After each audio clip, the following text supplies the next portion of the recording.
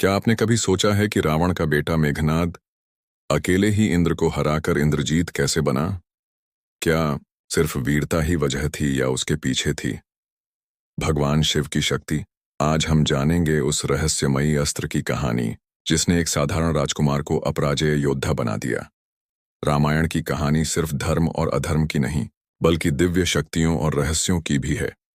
इस कहानी में एक ऐसा पात्र है जो कभी कभी रावण से भी बड़ा लगता है, मेघनाद या इंद्रजीत।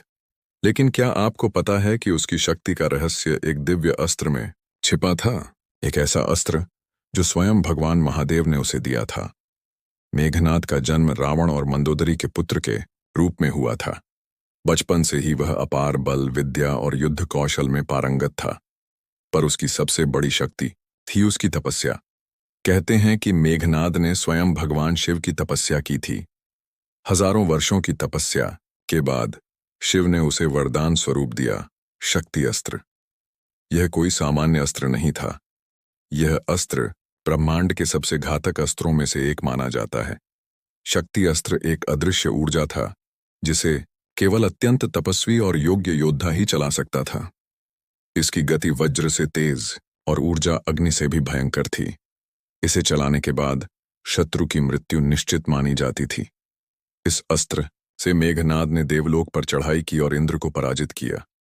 तभी से उसका नाम पड़ा इंद्रजीत। यहां से उसकी असली वीर गाथा शुरू हुई।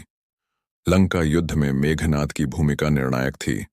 वह कई बार राम की सेना को अकेले ही पीछे धकेल देता था। उसने लक्ष्मण पर शक्ति अस्त्र का प्रयोग किया, जिससे लक्ष्मण मृतप्राय हो गए थे।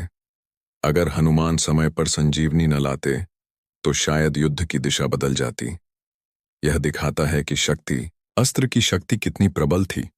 शक्ति अस्त्र ने जहां उसे अपराजेय बनाया, वहीं उसके आत्मविश्वास ने उसे घमंड की ओर भी ढकेला।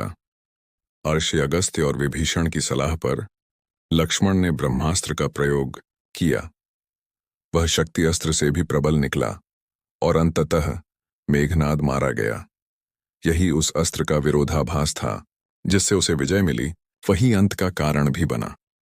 महादेव द्वारा दिया गया वरदान एक योद्धा की सबसे बड़ी शक्ति बनता है, लेकिन वही शक्ति अगर विवेक से ना चली जाए तो विनाश भी ला सकती है।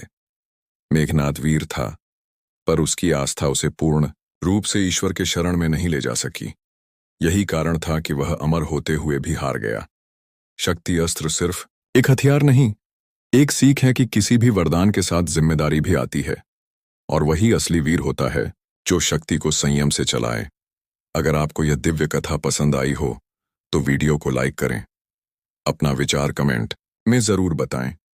क्या आप मानते हैं कि मेघनाद रामायण का सबसे शक्तिशाली योद्धा था? और हाँ, ऐसे ही और रहस्यमयी वीडियो के लिए चैनल को सब्सक्राइब करना न भूलें।